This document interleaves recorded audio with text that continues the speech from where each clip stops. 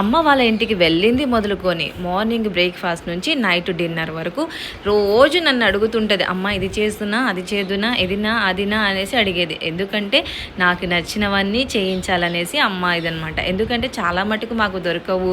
Next వచ్చేసి అక్కడి చప్పటి చప్పటి కూర తిని ఇంకా నోరంతా సప్పబడిపోయి ఉంటుంది అనేసి మా అమ్మ ప్రతిరోజు అడిగేదండి. ఇంకా ఈవినింగ్కి వచ్చేసరికి పానీపూరిని, బోండాలని, పకోడా అనేసి, చికెన్ పకోడా, ఇంకా రకరకాలు స్నాక్స్ ఏముంటాయో ఈవినింగ్ అయితే కడుపు నిండా తినేదాన్ని.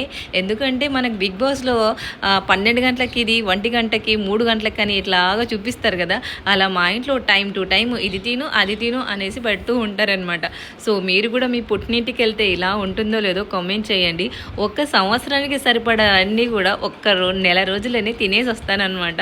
ఇంకా డైట్లు గీట్లు మనం ఏం పట్టించుకునేది లేదు. మనకు నోటికి మంచిగా రుచిగా ఉండేటివన్నీ తినేసి రావడం.